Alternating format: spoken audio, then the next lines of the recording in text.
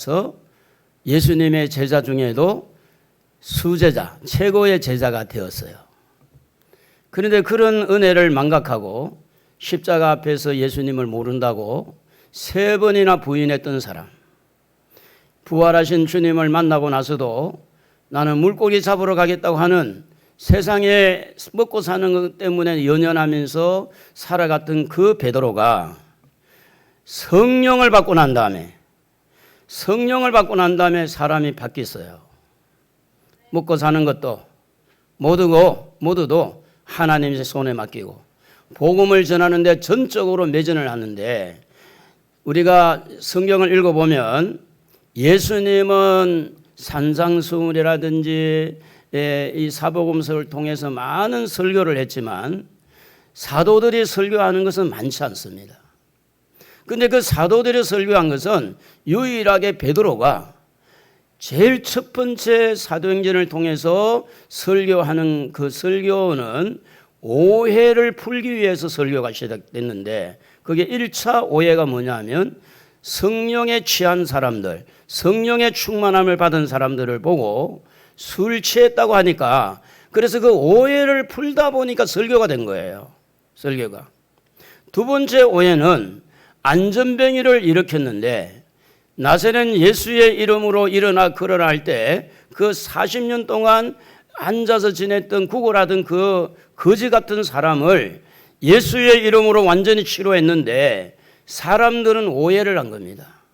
베드로와 요한을 붙들고, 이제 솔로몬 성전이 있으면 동쪽에 행각이 있는데, 솔로몬 행각이 있는데 그곳에 모여가지고 이 베드로와 요한을 붙들고, 이 사람들은 신이다, 이 사람들에게 영광을 돌리고 이 사람들에게 기쁨을 드리고 이 사람들에게 감사하고 이 사람들을 영화롭게 해야 된다, 이런 마음을 가지고 사람들이 떼거리로 몰려가지고 베드로에게 집중을 하고 있을 때, 베드로는 이 부분을 사람들이 오해한 것으로 그렇게 이해를 했어요. 치료해 주신 분은 예수님인데, 고쳐주신 분은 예수님의 이름으로 고쳤는데 왜 모든 영광이 나한테로 돌아오느냐. 그래서 그들을 오해를 풀기 위해서 설교가 되어진 것이 오늘 읽은 말씀에서 쭉 뒤로 이어지고 있는 것입니다. 그래서 2차 오해를 푸는 것은 모든 사람들이 베드로에게 집중하는 그 집중력을 하나님 쪽으로, 우리 한번 따라 합시다. 하나님 쪽으로, 예수님 쪽으로, 그 집중되어진 눈길을 하나님 쪽으로 옮겨주는 설교를, 오늘 2차 베드로의 설교를 보게 되어지는 겁니다. 보통 사람들이 생각할 때, 보통 사람들의 기대치는 안전병에는 일어설 수 없다는 그 기대 심리가 있어요. 그런데 그 기대를 이렇게 넘어가서 안전병이가 일어나서 걷는 것을 볼 때는 그 사람에 대한 생각들이 달라지는 겁니다. 능력자다, 신령하다, 저 사람은 뭔가 다르다. 그래서 거기에 붙어서 어떻게 하든지 자기도 질병을 고치고 싶고 이 사람을 따르고 싶은 마음이 있을 수밖에 없습니다. 그래서 대다수의 사람들이 생각한 기대 이상의 문제가 일어났을 때를 우리는 기적이라 그렇게 말합니다. 그래서 안전병이가 일어난 것은 사람들의 입을 통해서, 또 입을 통해서 얼마든지 전파될 수 있는 아주 너무 사람들의 귀를 이렇게 아주 그렇게 쫑긋하게 하는, 아주 이 사람들의 마음을 끄는 이슈가 바로 안전병에 일어난 것입니다. 그러므로 소문을 듣고 온 사람들, 또 그 자리에서 옆에 있었던 사람들, 말을 듣고 해서 이렇게 듣고 온 사람들, 많은 사람들이 오늘 이 22절에 보면 40세 정도 됐다고, 22절에 보면 4장 22절에 보면 병 나은 사람이 40여 세가 되었다. 40년 동안 이웃들이 다 봤어요. 40년 동안 성전 미문을 왔다 갔다 하면서 많은 사람들이 봤던 인물입니다. 그 사람이 고쳐졌다고 하는 것은 많은 사람들이 이 기적을 어떻게 이해를 하고 받아들여야 되느냐, 이런 숙제가 남겨진 것입니다. 그러므로 이 많은 사람들은 하나님은 눈에 보이지 않고, 눈에 보인 건 베드로와 요한이 눈에 보이니까 베드로와 요한을 붙들 수밖에 없었습니다. 그 왜 붙들었느냐, 왜 그들을 잡았느냐 하면 너무 희한하고 고마우니까, 너무너무 복을 받고 너무 이런 일이 어떻게 일어날 수 놀라니까, 그래서 그들에게 감사하고 싶고 고마움을 표현하고 싶고 뭔가 좀 드리고 싶고, 그러니까 그들이 베드로와 요한을 잡을 수밖에 없었다고 하는 겁니다. 그래서 베드로에게 집중하는 이 오해된 마음, 이 오해된 마음을 어떻게 보면 베드로를 바라보는 눈길이 나도 고쳐주세요. 어떻게 보면 베드로를 굉장히 존경하는 존경의 눈빛으로, 사모하는 마음으로, 희망을 가지는 우리 아이도 문제가 있으니 우리 아이도 고쳐주세요, 이런 여러 가지 마음들을 가지고 베드로를 집중하는 그 눈길. 사실은 그러나 베드로 자신으로 바라본다면 안전뱅이를 고칠 수 있는 힘이 없는 겁니다. 베드로는 하나의 예수를 전하는 매개체지 베드로 자체가 무슨 큰 능력 있고 하는 게 아니라 베드로 안에 계시는 예수 그리스도가 능력이 있었던 것입니다. 베드로가 내게 있는 것으로 네게 주노니 할 때 그 베드로 안에 예수님이 안전병이를 일으킬 수 있다는 그런 믿음이 생긴 거예요. 그래서 베드로가 예수의 이름으로 고친 거지 베드로의 이름으로 고친 것은 아닙니다.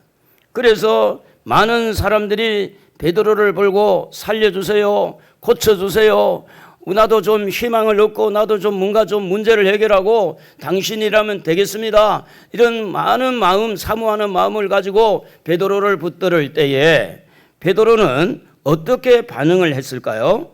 3장 12절에 보면 이런 말씀을 합니다. 베드로가 이것을 보고 백성에게 말하되 이스라엘 사람들아, 이 일을 왜 놀랍게 여기느냐?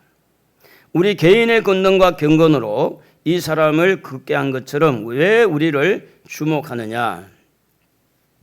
왜 우리를 주목하느냐고 하면서 그들이 주목하고 있는 감사와 그 영광과 섬기려고 하는 그 마음을 하나님 앞에 오해라고 하는 거. 당신들이 하는 것은 지금 오해다. 내가 한 것이 아니다. 그러면서 내가 아니라고 하는 표현을 분명하게 하는 겁니다. 우리가 흔히 자수성가한 사람들의 이야기를 들어보면 그래도 내가 말이지 이렇게 해서 집을 사고 내가 이렇게 해서 사업을 잘하고 내가 이렇게 해서 이렇게 교회를 부흥시키고 전부 다 그 주어가 보면 내가가 많이 들어가요. 그 사람들은. 그런데 신수성가를 한 사람들, 하나님의 은혜로 승리하고 축복을 받고 하나님의 도움으로 은혜 받은 사람들의 이야기를 가만히 들어보면 나는 이렇게 부족한데 하나님이 하셨습니다. 하나님이 도와서 했습니다. 그러니까 하나님이 주어가 되는 거예요. 그래서 오해를 풀어주면 하나님이 되어지는데 오해가 되면 항상 내가 주어가 되고 내가 주인이 되고 내가 어떻게 해서 실수를 하는 것도 내가, 성공을 한 것도 내가.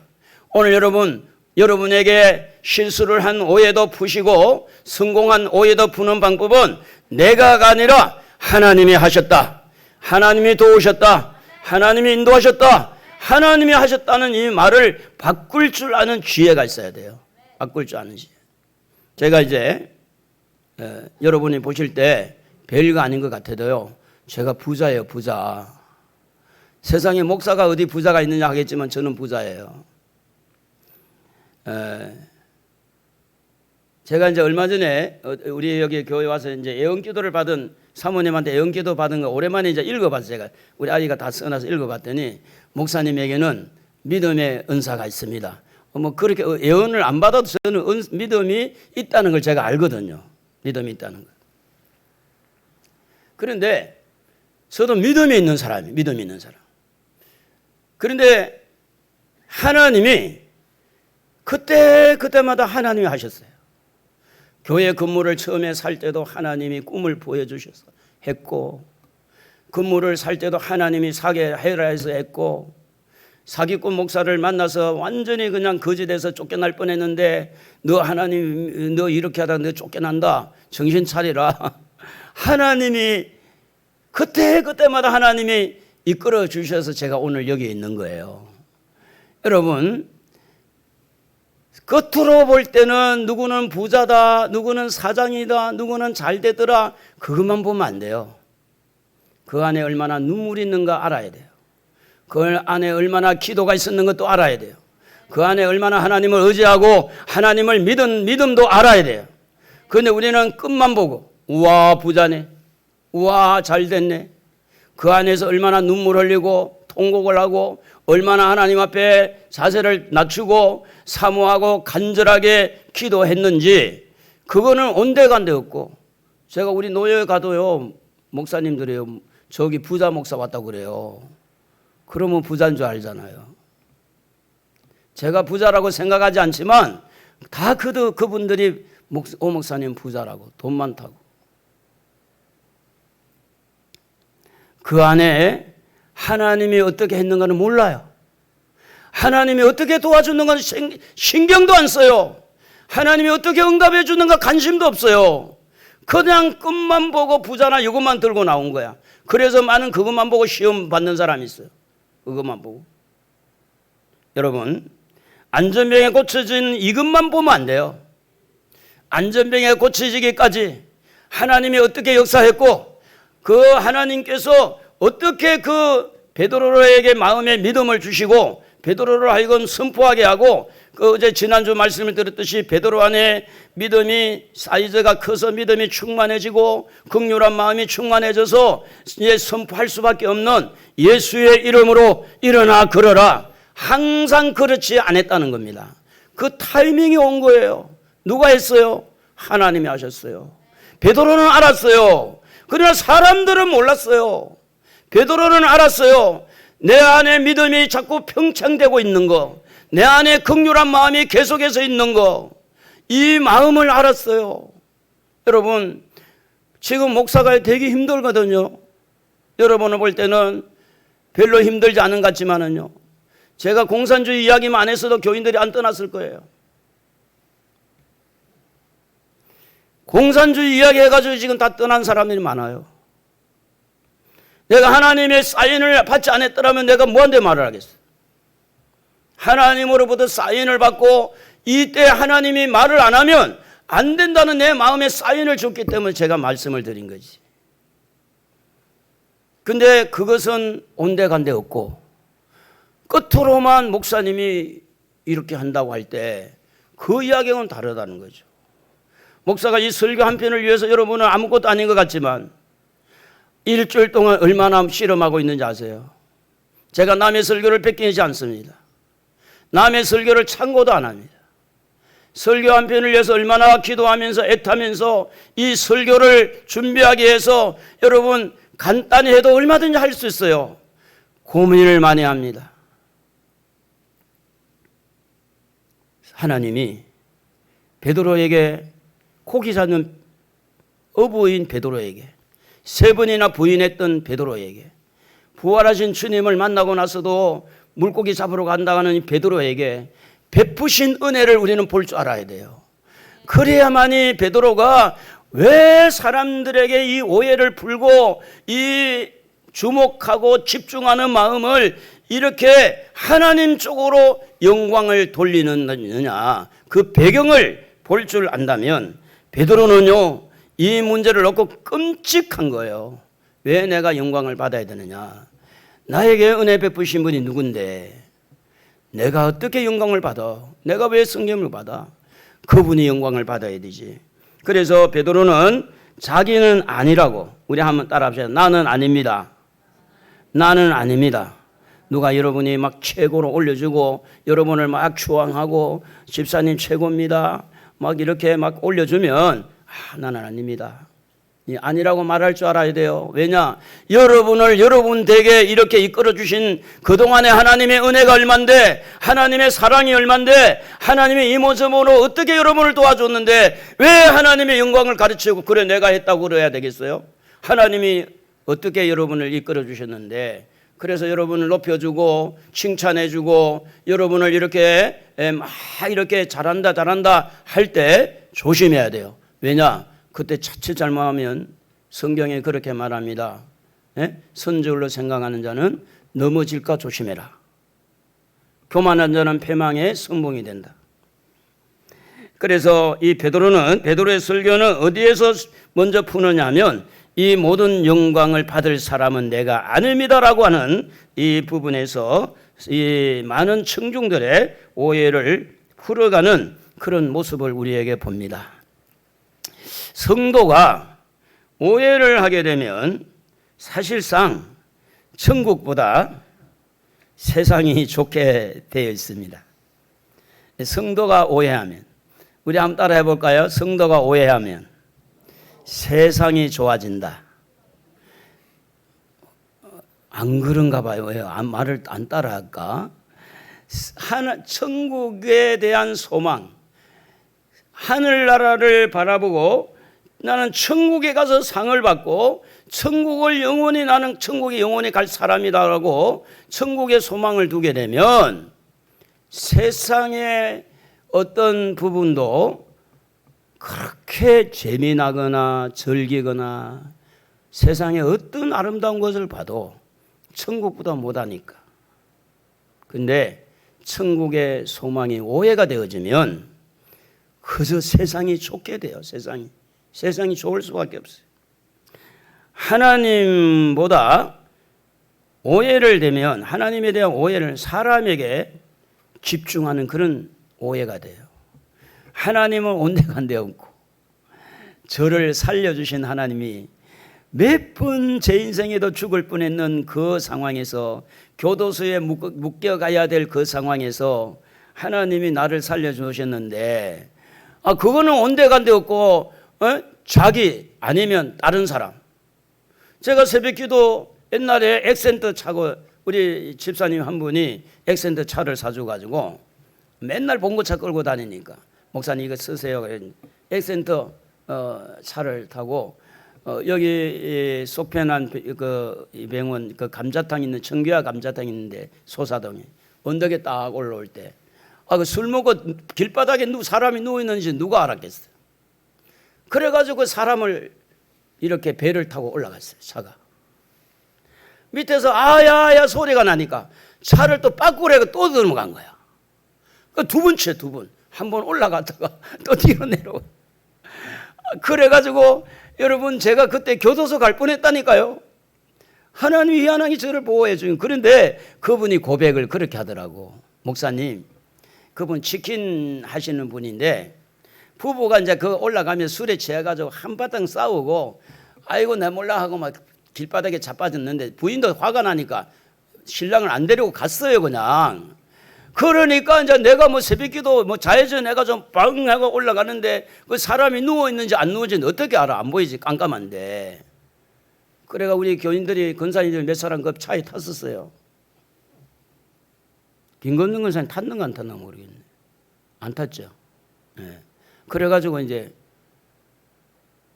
그분이 전화가 왔더라고. 목사님 조금만 밑으로 바퀴가 갔으면 제가 하반신 불구가 된답니다.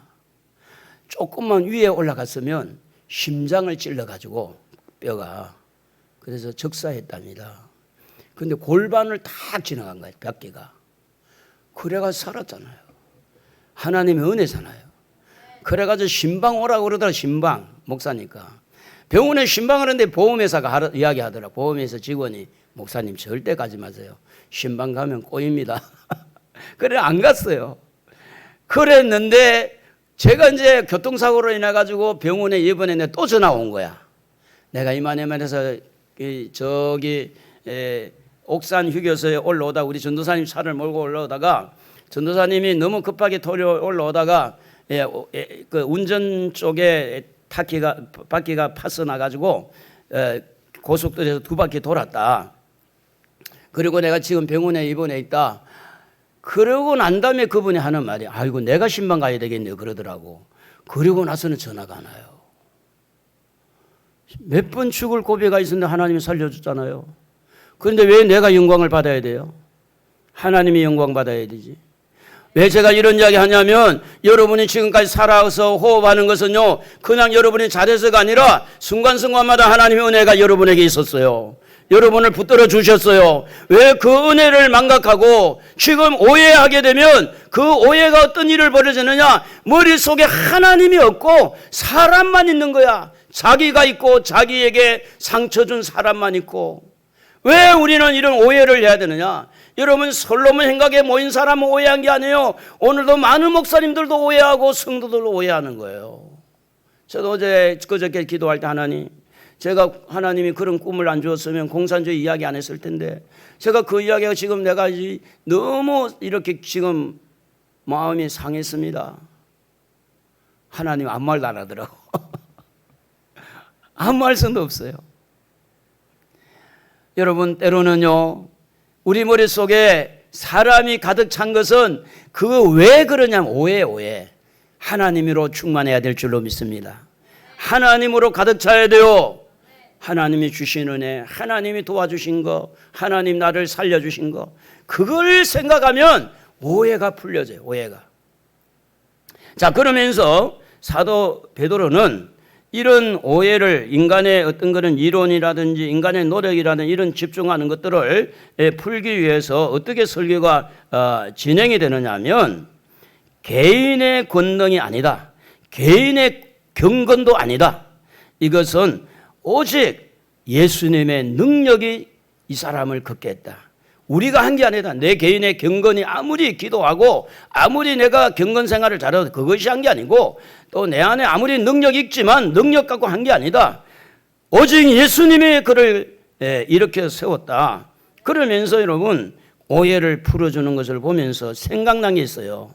무슨 생각이 나느냐면, 세례 요한이 예수님보다 6개월 먼저 오셨는데 그가 정말 중요한 고백을 합니다.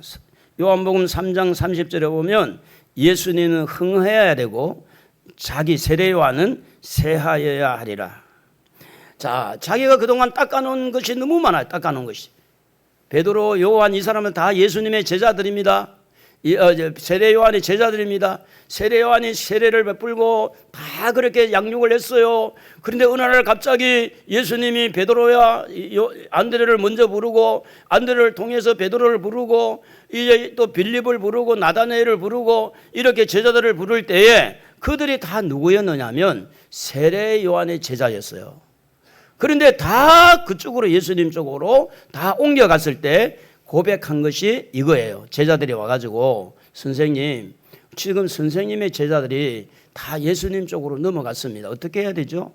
그는 흥해야 되고 나는 세해야 되라. 오늘 사랑하는 성도 여러분, 예수님이 더 잘 된다면 내가 조금 손해봐도, 예수님이 더 잘 된다면 내가 조금 잘 안 되더라도 우리 예수님을 높여주시기를 바랍니다. 그게 오해를 푸는 가장 중요한 거예요. 여러분 잘 아는 대로, 여러분 이 베드로, 세례 요한뿐 아니라 사도 바울도 그렇게 수고를 많이 하면서도 고린도전서 15장 10절에 말한 대로 나의 나 된 것은 하나님의 은혜입니다. 이 자리에 와서 예배드리는 것도요, 하나님의 은혜인 줄로 믿습니다. 새벽기도 왔던 한 성도가 여기 중간 뚜벅뚜벅 올라오는데 갑자기 배가 아파가지고 그만 못 들어오고 나갔어요. 그게 누가 하는, 사탄이 하는 거거든요. 그거 이겨야 돼요. 여러분, 교회 문턱까지 올 때 사단은 여러분 그 문턱 안에까지 들어올 때까지도 교회 못 들어오게 하려고 장난치는 경우가 있어요. 아직 믿음이 연약하니까. 끝까지 와서, 여기 와서 배가 아파도 화장실 가고 싶어도 참고 예배 드리면 성령이 임하고 은혜가 임하는 거예요. 그런데 그런 은혜를 누가 주시냐? 하나님이 주시잖아요. 그래서 예배 드리는 것이 그냥 되는 게 아니라 하나님의 은혜입니다. 자동차 타고 올 때 우리 집사님도 저 가정동에서 금단에서 이렇게 오신 분들도, 또 형님 부부도 저 지금 풍남동 성내동 쪽에서 오실 때도 차 타고 오잖아. 차 타고 안전하게 올 수 있는 건 우리 힘으로 다 된 게 아니에요. 하도 요즘에 마약 하는 사람들 술 취해가지고 아침부터 술 먹고 운전하는 사람도 많아요. 하나님의 은혜를 기억하기를 바랍니다. 그러면서 이 베드로는 13절에 보면 하나님이 그의 종 예수를 영화롭게 했다. 하나님을 언급하면서 하나님이 예수님을 통해서 이렇게 치료했다. 그러면서 아브라함의 하나님, 이삭의 하나님, 야곱의 하나님, 살아계신 하나님, 약속의 하나님, 그 하나님이 예수를 영화롭게 했다는 말은 아브라함과 이삭과 야곱의 하나님을 언급할 때 거기에 청중들은 여기에는 전부 다 동질감을 가지고 있는 거예요. 이게 이제 이 성경의 그 내부적으로 들어가 보면 뭐 이슬람교를 사람들이든 뭐 로마 카톨릭이든 또 개신교든 전부 다 아브라함을 부인하지 않습니다. 아브라함. 그 당시에도 전부 다 아브라함은 믿었어요. 예수님은 빼치겠지만. 아브라함은 다 따라 아브라함을 믿음의 조상으로 다 받아들였어요. 자, 이 말은 어떻게 설교가 진행이 되느냐 하면 그 청중들이 가지고 있는 기본적인 어떤 사고력, 기본적인 가지고 있는 그 신앙, 기본적으로 가지고 있는 하나님에 대한 얕은 지식이지만 얕은 것이라도 그것을 활용하는 모습을 보는 거예요. 아브라함의 하나님, 이삭의 하나님, 야곱의 하나님을 언급했다. 이 말은 당신들이 믿었던 그분이다. 그분이 예수를 영화롭게 했다고 할 때 배척했던 그 예수를 십자가에 못 박았던 그 예수를 올려주는 거예요. 사도 베드로가. 이 오해를 풀면서 예수를 최고의 자리로 올려주신 분이 누구냐 하면 바로 베드로예요. 오늘도 여러분의 마음에 여러 가지 이야기하다가도 최종적으로는 예수를 높여주시기를 바랍니다. 한번 해볼까요? 예수가 최고입니다. 예수가 최고예요. 그래서 머리가 좀 띵하고 가정의 분위기가 침침하거든 구석구석 다니면서 예수 이름 불러보세요. 희한한 일들이 일어납니다. 정말입니다. 자, 하나님이 예수를 살렸고 하나님이 예수님을 통해서 안전병이를 고쳐주셨다는 것이 이 베드로의 설교인데, 그러면 베드로의 설교는 여기서 그치지 않고 어떻게 되느냐. 우리가 지난주에 우리가 설교를 했듯이 우리가 어찌할꼬 할 때 회개했어요. 회개하고 그들이 찔림을 받고 우리가 어찌할꼬 이렇게 할 때 이 베드로는 이미 회개한 성도임에도 불구하고 그들에게 다시 반복해서 그 이야기를 쓰는 것을 그렇게 기뻐하고 쓰는 것을 힘쓰는 모습을 보는데, 너희가 그를 넘겨주고 로마 사람 넘겨주고 빌라도를 놓아주기로 빌라도가 놓아주기를 계리한 것을 거부하고 오히려 바라바를 놔주고, 그래서 14절에 보면 너희가 거룩하고 의로운 일을 거부하고 도리어 살인한 사람을 놓아주기를 구하여 너희가 거룩하고 의로운 일을 거부하고, 이 말은 뭐냐면 이 여기에 모인 청중들 중에 대다수가 이미 우리가 어찌할꼬 하면서 회개한 사람들이 많아요. 우리로 말하면 신앙생활을 오래 한 사람도 많다 그 말이에요.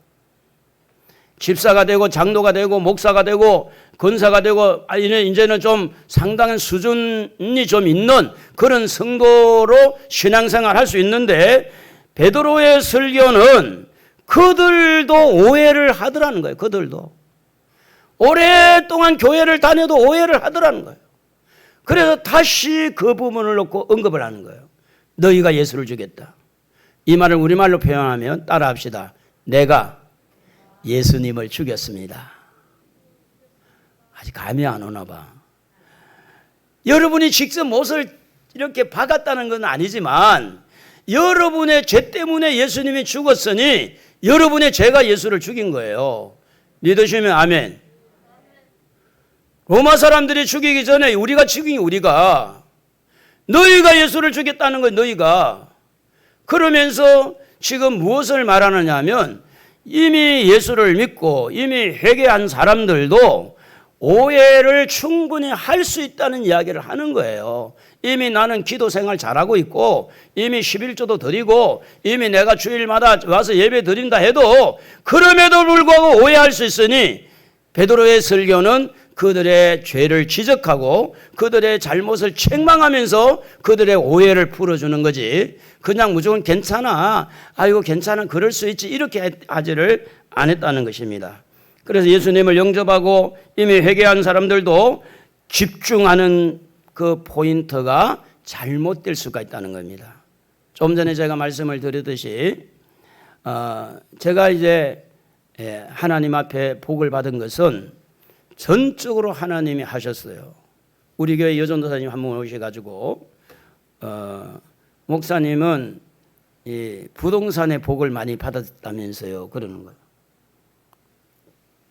이제 이 전도사님이 지금은 목사님이 되셨는데, 제가 목사님 밑에 와서 배우면 부동산에 대해서 복을 받을 것 같아서 왔다는 거야.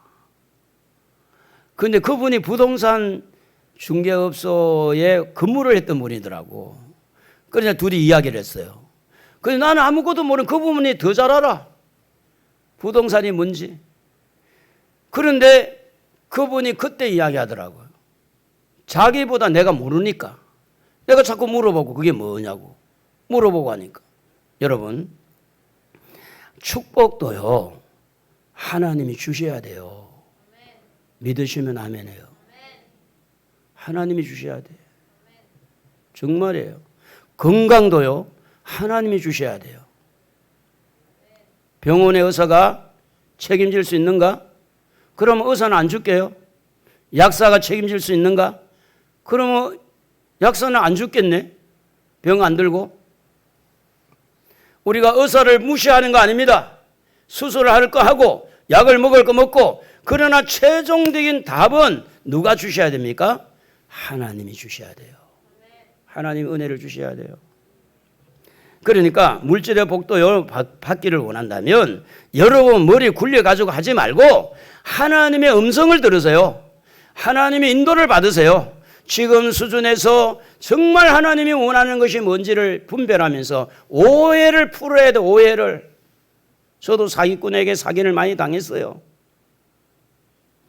그런데 그때 하나님이 너는 그냥 놔두면 다 사기당할 거니 훈련한다 그러더라고요. 훈련. 몇 번 사기를 당할 때 너 같은 마음을 가지고 있으면 다 사기당할 테니, 사실은요 몇 번 사기를 당해놓고 지금은 그래도 사기를 덜 당하잖아요. 지금은. 그게 감사하지. 자, 설교를 이렇게 베드로의 설교 구성을 한 것을 보게 되면 오해를 풀어가는데 자기에게 집중된 마음을 하나님 쪽으로 돌리면서 왜 그들이 지금 이런 상황에 되어져 있느냐 한 것을 이렇게 말씀을 하고 있을 때, 이미 회개한 사람, 이미 예수를 믿는 사람, 이미 나름대로 신앙생활 열심히 잘한 사람들에게도 설교를 통해서 그들의 잘못을 지적하는 모습을 볼 때 설교가 어떤 일을 하느냐를 가르쳐 주는 거예요. 그냥 여러분은 무대뽀로 세상을 살고 있고 그냥 잘 살고 있는 것처럼 되어질지라도 설교를 들으면서 여러분의 마음에 잘못된 것, 찔림을 받을 수 있다는 거예요. 잘못을. 책망을 받을 수 있다, 그 말이에요. 그러므로 책망을 받을 때, 찔림을 받을 때 우리는 어떻게 해야 되느냐, 어떻게 거부해야 되느냐. 스데반이 설교를 할 때 그들의 찔림을 받았으므로 그 찔림이 돌을 들게 했고 스데반을 돌로 쳐 죽였어요. 그러나 사도행전 2장에서 찔림을 받을 때 우리가 어찌할꼬 주 예수를 믿어라. 그리하면 제사함을 받고 성령을 선물로 받는다. 그 잘 찔림을 받는 사람들은 그래, 맞아, 내가 잘못했지, 다 내 죄야, 내가 잘못한 거야, 이렇게 잘 찔리면 설교를 통해서 집중하는 포인트를 변화시키고 그 사람의 방향을 틀어줄 수 있는 거예요.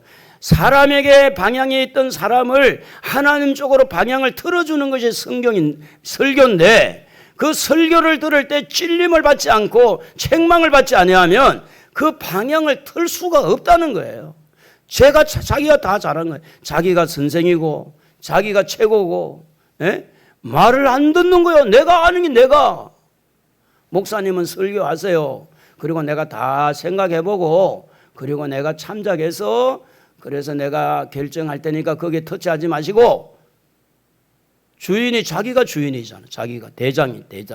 하나님이 대장된 자기가 대장되는 거예요. 그러므로 설교는요, 방향을 잡아주는 설교인데 그 설교를 들을 때 때로는 우리가 잘못한 것을 찔림을 받아야 된다. 3장 15절에 보면 생명의 주를 주겠다, 그런 말씀이 나와요. 그러면서 이 일에 우리가 증인이다. 설교 듣는 사람들이 베드로의 설교를 들을 때 기분이 그렇게 좋다고 생각을 안 합니다. 당신들이 예수 죽였잖아. 당신 예수 죽였지. 당신이 예수 죽였잖아.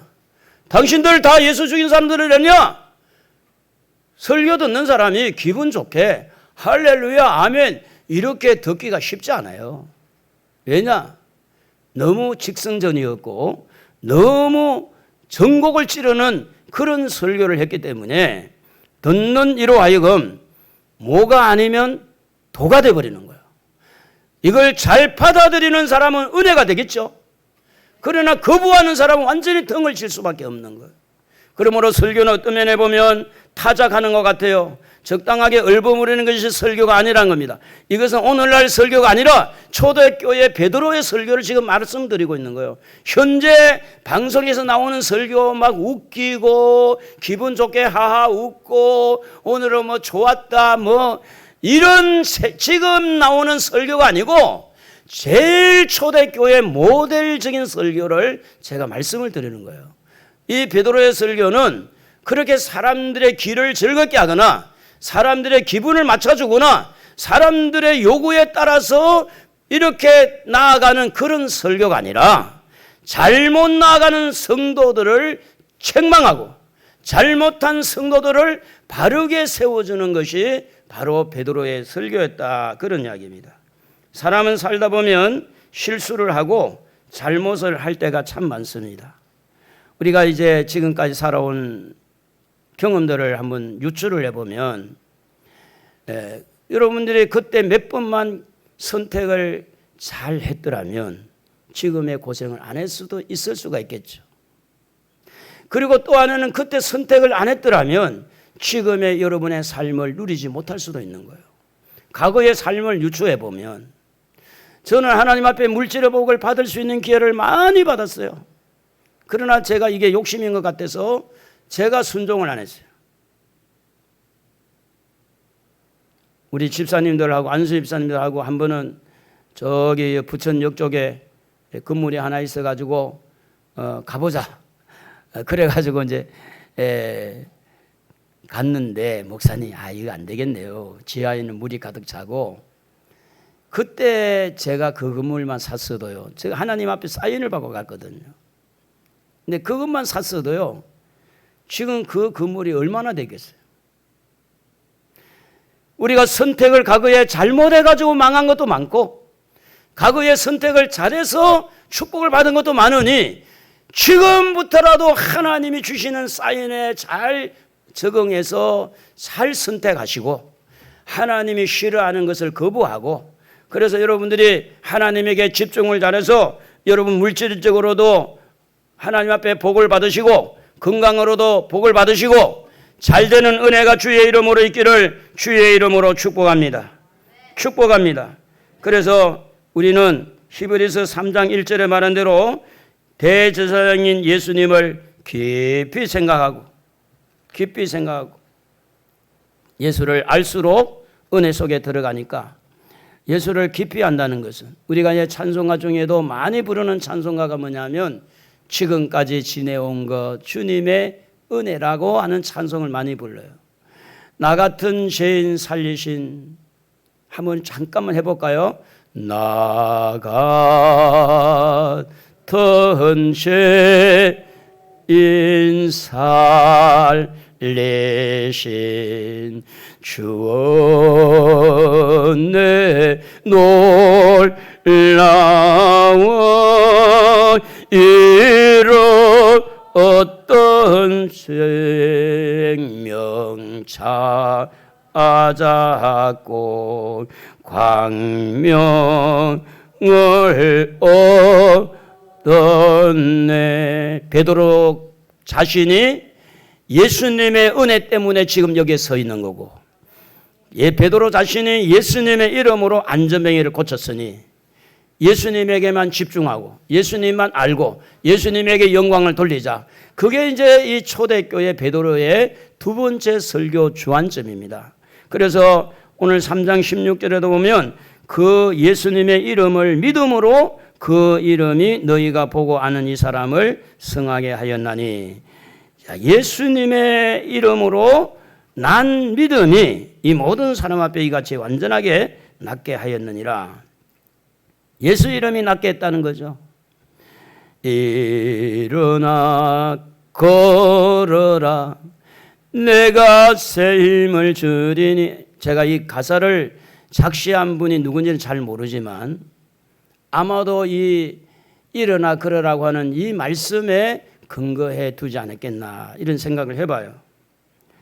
성경은 이렇게 말합니다. 마가복음 16장 17절에 다 같이 한번 읽어볼까요? 믿는 자들에게는 이런 표적이 따르리니 곧 그들이 내 이름으로 귀신을 쫓아내며 새 방언을 말하며 뱀을 집어올리며 무슨 독을 마실지라도 해를 받지 아니하며 병든 사람에게 손을 얹은즉 나으리라 하시니라. 우리는 예수의 이름으로 귀신을 쫓아내야 됩니다. 예수의 이름으로 오늘 여기에 말한 대로 병든 자에게 손 얹은 낫게 해야 돼요. 그거는 주님이 주신 축복이고 명령이죠. 그래서 예수님의 이름을 활용하고 그리고 예수님의 이름에 우리는 영광 돌리고, 요한복음 14장 마태복음 18장 20절에 두세 사람이 내 이름으로 모인 곳에도 나도 그들 중에 있느니라. 요한복음 14장 14절 내 이름으로 무엇이든지 내게 구하면 내가 행하리라. 마태복음 28장 20절에 내가 세상 끝날까지 너희와 항상 함께 있으리라. 여러분, 예수 이름이 안전병해를 고쳐주고, 예수 이름이 우리를 보호하고, 예수 이름이 귀신을 쫓아내고, 예수 이름이 우리의 이 모든 기도도 응답되게 하고, 그러니까 우리 머릿속에 예수가 가득 차야 돼요. 예수님 때문에 우리가 사는 거예요. 예수가 없으면 천국의 길이 있나요? 내가 곧 길이요 진리요 생명이라 그랬는데, 그래서 이런 간증을 베드로만 그러면 했느냐, 이런 설교를 베드로만 했느냐? 아닙니다. 사도 바울도 예수를 만나고 난 다음에 그는 지금까지 배운 지식을 쉽게 말하면 배설물, 똥으로 여기고 모든 이론을 다 버리고 오직 예수만 알고 예수만 자랑하는데, 사도행전 22장 7절에 보면 사울아 사울아 네가 왜 나를 박해하느냐. 26장 14절에도 똑같아요. 사울아 사울아 네가 나를 어찌하여 나를 박해하느냐. 이 말은 뭐냐면 어느 곳에 가서 설교를 해요. 간증을 해요. 똑같은 간증을 계속 하는 거야. 나를 이렇게 살려주신 분은 예수다고, 나를 이렇게 나되게 하신 분은 예수다고, 예수를 높여주는 거예요. 예수를. 그래서 예수님의 그 이름으로, 예수님을 믿는 믿음으로 안전병이를 고쳐주셨으니 오늘 우리도 예수의 이름으로 병든 자를 치료하는 능력의 역사가 일어나기를 바랍니다. 옆에 분하고 그런 능력이 있을지어다. 그런 능력이 있을지어다. 여러분에게 있어야 돼요. 여러분에게. 목사님만 불러대지 말고, 목사님만 불러대지 말고 내가 믿는 예수 이름 감기는 떠나가라. 감기는. 우리 학생 청년들은 이 젊은 학생 청년들이라 지금 한창 예민할 때죠. 이 악한 영들이 얼마나 많이 막 괴롭힐 수가 있어요. 근데 예수 이름 앞에 꼼짝 못해. 예수 이름 앞에. 예수 이름으로 명하니까 깨끗하잖아요. 그러므로 예수 이름으로 우리가 병도 고치고 예수 이름으로 우리가 그분에게 영광을 돌리고 모든 영광은 우리 하나님 앞에 돌리는 우리 모두가 되기를 바랍니다. 왜냐하면 사도 바울이 베드로가 이걸 알았어요. 여러분 한번 보세요. 사도행전 12장 23절 한번 천천히 읽어봐요. 헤롯이 영광을 하나님께로 돌리지 아니하므로 주의 사자가 친히 벌레에게 먹혀 죽으니라. 영광을 가로채는 것은 그냥 끝난 게 아니에요. 죽어요, 죽어. 하나님이 죽여버린다는 거예요. 하나님이 받아야 될 영광을 중간에 가르치면 안 돼요. 그런 면에서 사도 바울은 그들에게 긍휼의 마음을 또 전합니다. 17절에 보면 이렇게 말합니다. 너희가 알지 못하여 그리하였다는 거예요. 너희가 알지 못해서 그랬으니 이제는 그리하지 말아라. 알지 못해서 영광을 잘못된 곳에 돌리려고 했으니까 이제는 그렇게 하지 말아라. 우리 한번 손을 이만큼 올리고, 오늘 성찬식 때문에 시간 좀 가지만 요만큼 올려보시고, 말 들어요. 올려보. 이렇게 모든 영광 하나님께. 반주가 되나요?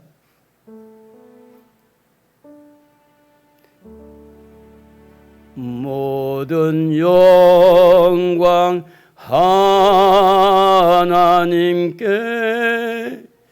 모든 영광 하나님께, 모든 영광 하나님께. 나는 자유의 모든 영광 하나님입니다. 하나님에게 돌립시다. 여러분 실수했더라도 괜찮아요. 여러분이 잘못했더라도 괜찮아요. 영광을 하나님 앞에 돌리면 길이 생깁니다. 지금까지 잘못 살아와도 괜찮아요. 오늘부터 시작하면 되는 거예요. 하나님은 살아계십니다. 우리 학생들에게 물어볼까요? 하나님 살아계시지? 정말이냐? 정말이라고 그러잖아요. 하나님 살아계세요.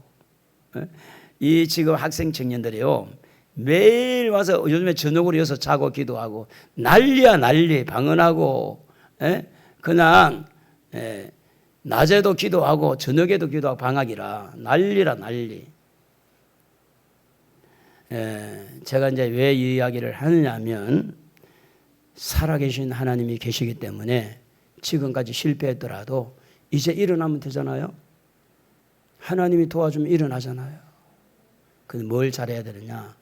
그분의 음성을 들어야 돼요. 그분 음성을 들으면 뭐 해야 되느냐? 기도해야 돼요. 무시로 기도하고 기도를 해야 돼요. 기도 안 해도 음성을 듣는 경우가 가끔 있기는 해요. 그러나 그건 희귀하고 항상 기도하면서, 제가 하나님의 음성을 들을 때도 전부 다 기도하다가 받은 거예요. 기도하다가 음성 받았지 그냥 길 가다가 받는 경우는 거의 없더라고. 항상 성전에서 기도하다. 말씀을 마무리합니다. 우리는 미래를 향하여 과거를 기억하되 예수를 바르게 이제 우리가 알아야 되겠다.